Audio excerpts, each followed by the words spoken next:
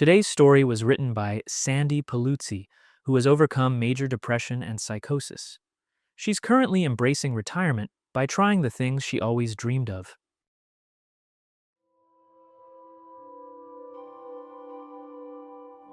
Have you ever felt like you didn't belong, that your differences made you less than? That was me for the first 50 years of my life.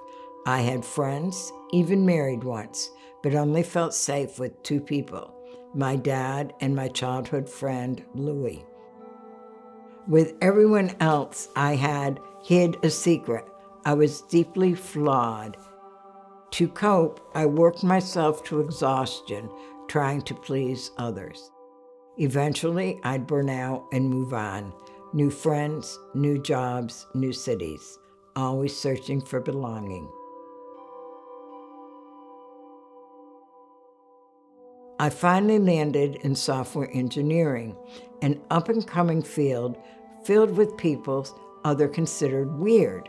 Still, I was a misfit among misfits, the only woman in the room. For the first time in my life, I didn't try to hide my differences. My femininity was in full display in the way I dressed and presented myself. In a sea of men, I stood out. Because of my uniqueness, people remembered me more than equally competent men. My name always came up in conversation about superstars.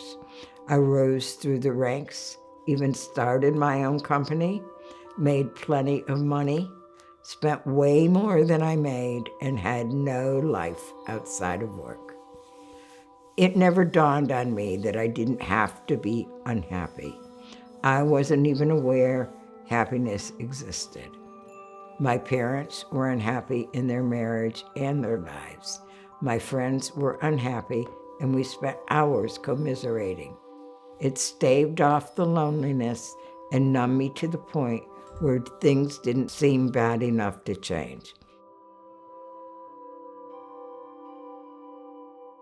Then came a year of devastating loss. Within 18 months, all my uncles died. And in one single horrendous week, Dad and Louie both succumbed to cancer. I couldn't handle the loss.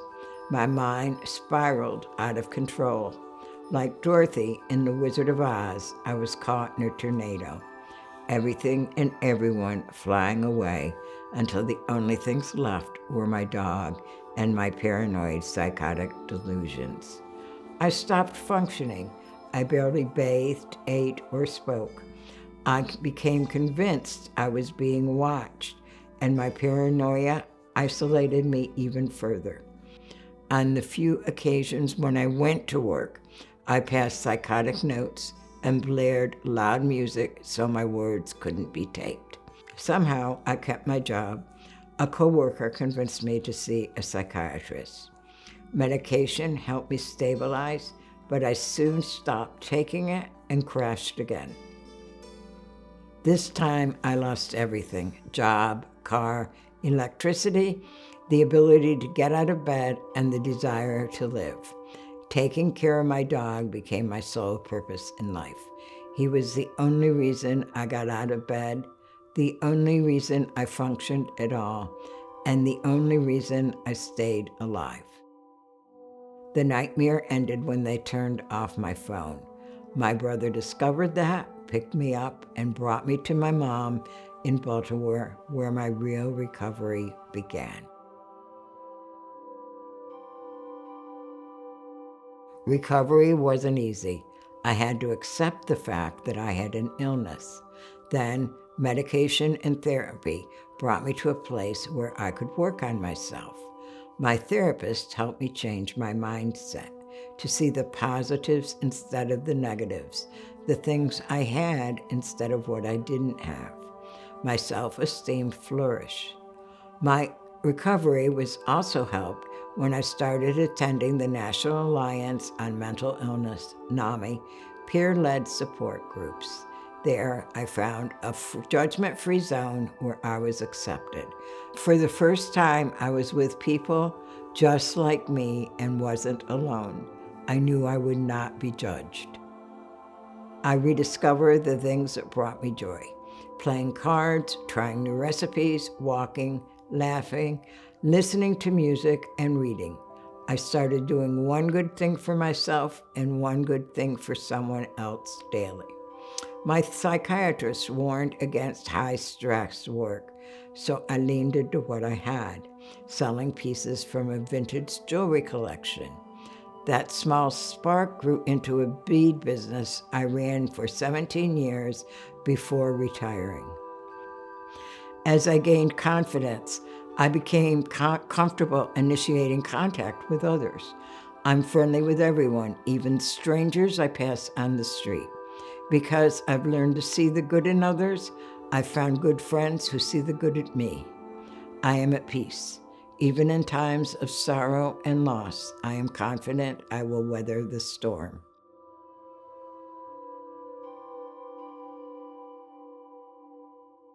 The people in my life saw my growth and encouraged it. I was asked to be a NAMI program leader. I now train others and get joy out of mentoring and nurturing the new program leaders. One of my favorite tasks is helping new NAMI volunteers write their life stories. I can see them become proud and confident when they realize all they have accomplished. The NAMI storytelling reawakened my desire to try creative writing. Retirement gave me the time. I've graduated from taking courses to attending a bi-weekly authors group. Through my participation in this group, I've practiced all genres of writing: fiction, creative nonfiction, and nonfiction. I enjoy them all, but most of all, I love writing people's stories, emphasizing their success. Since I have become open to possibilities, I have been amazed at how different aspects of my life flow together. My love of writing merges beautifully with my love of helping others tell their own stories. I have finally discovered my passion. I also have a very rich personal life.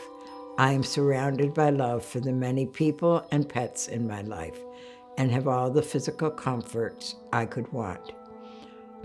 I have a lot of hobbies and am always learning and trying new things.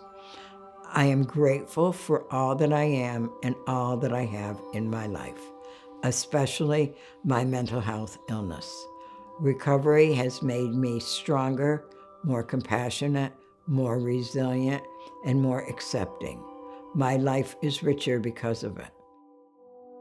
For me, living in recovery is like standing in the middle of a sunlit, flower-filled meadow after a long, harsh winter.